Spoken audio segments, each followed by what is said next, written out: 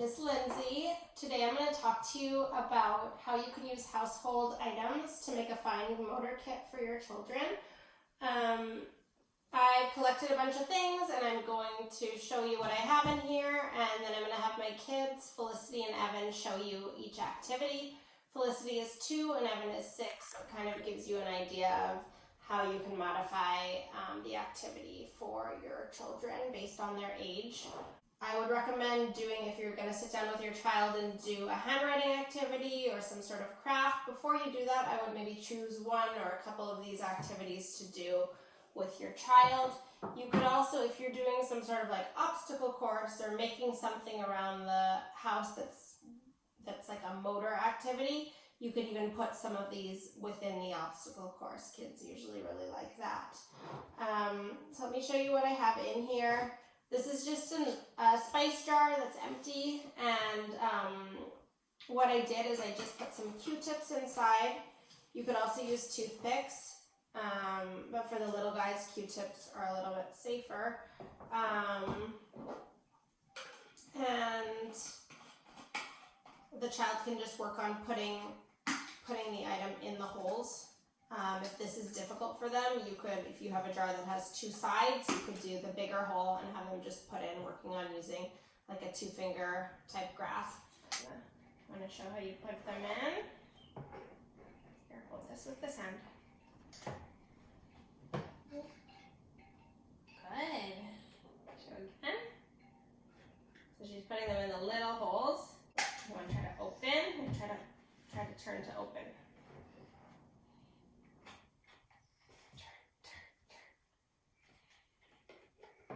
Whoa, there they are. The next one I did is just a can, and I put some elastics on it. You could use rubber bands, you could use hair elastics, and this is a really good one because the child has to hold the can as well as putting the elastics on.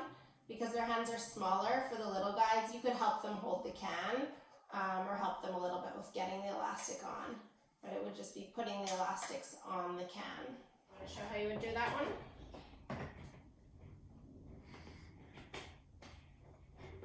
So this one's a good bilateral task too, because you have to figure out a way to stabilize it on the jar and get it the whole way on. What I did is I just kind of made a piggy bank. This is a yogurt jar from, it has the removable lid. And I just cut a slit in the lid.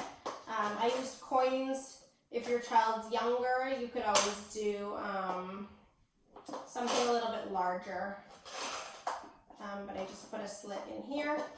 And with this one too, for the 5 and 6-year-olds, you want to work on some of the in-hand manipulation skills as well. So you could put the coins on the table and try to have them one at a time pick up a couple coins. So you could have them, if you're working on finger to palm translation, you can have them pick them up and hide them in their hand. And then when they go to put them in, palm to finger translation, just putting them in one at a time. So they have to, manipulate those coins in their hand. So you can do that with that one too. So you're going to try to have the child hold with one hand. It's okay. Put the coin in with the other hand.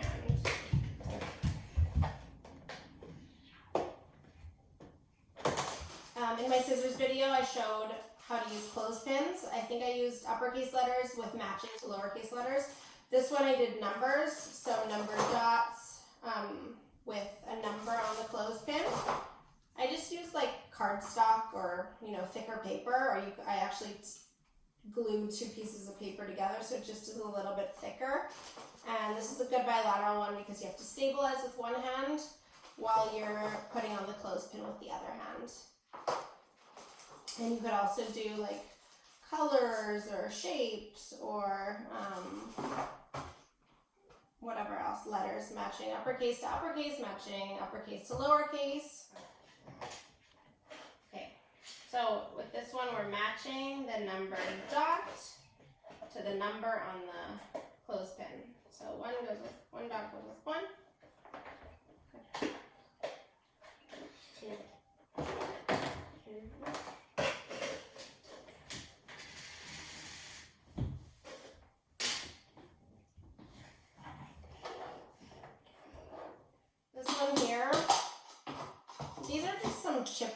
think these were from the dollar store, but you could use any chip clip from your kitchen, and you could work on just, you know, just putting them on.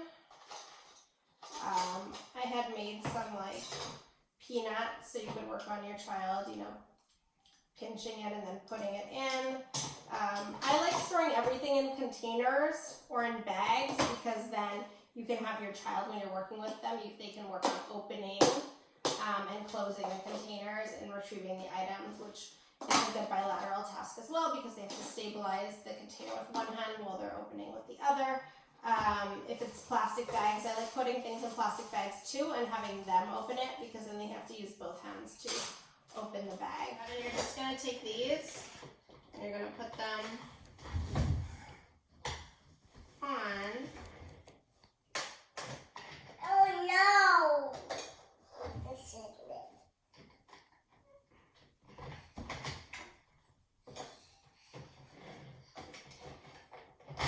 This one here, I just used empty toilet paper roll and straws, and I just cut off the ends of the straws, and I made some holes in here, and the child can just work on putting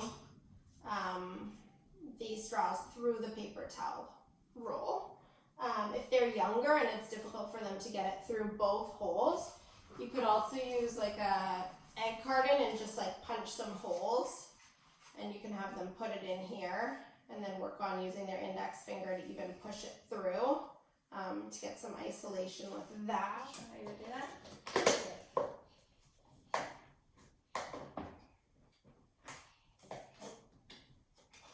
Go. Good. I had some beads, and so I just used a pipe cleaner, and these are a little bit larger beads. Whatever you have in the house is good. Oh, this part. That's what we're going to do at once.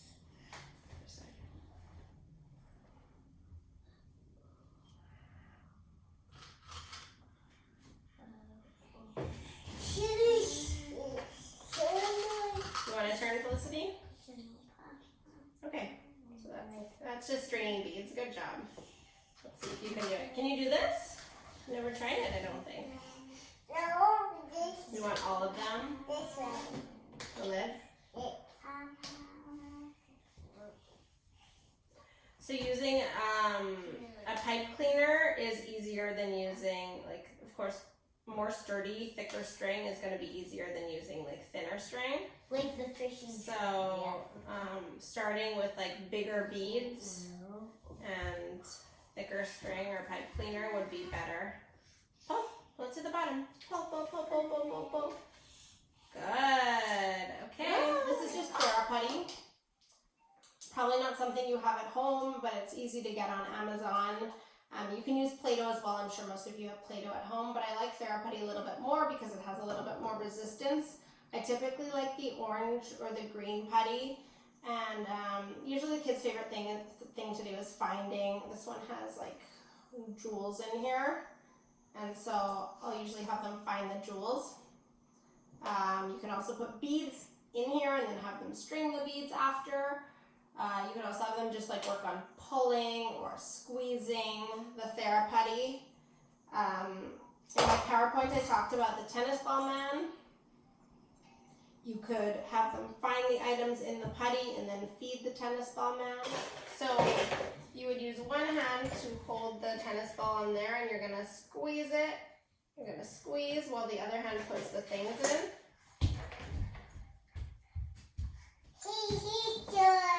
You want to turn?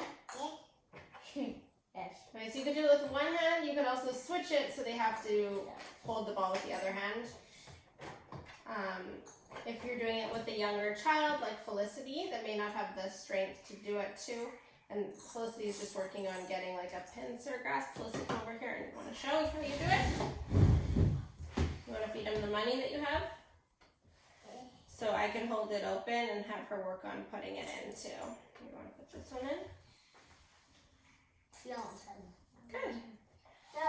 For this one, I used muffin tin and I put colors in the bottom with just some paper. You could also use, if you don't have a muffin tin at home, you could also use the bottom of an egg carton as well. And I used pom-pom balls, but you could use cotton balls, you could use any sort of item.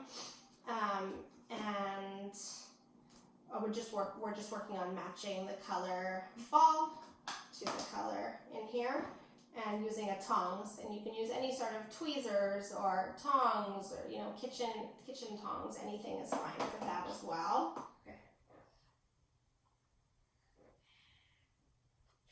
Try to not use your fingers. There you go.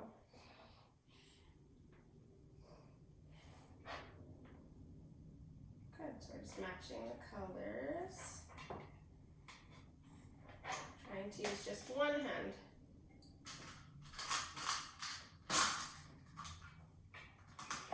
Okay, good. So a lot of these things you can just make it with your materials at home.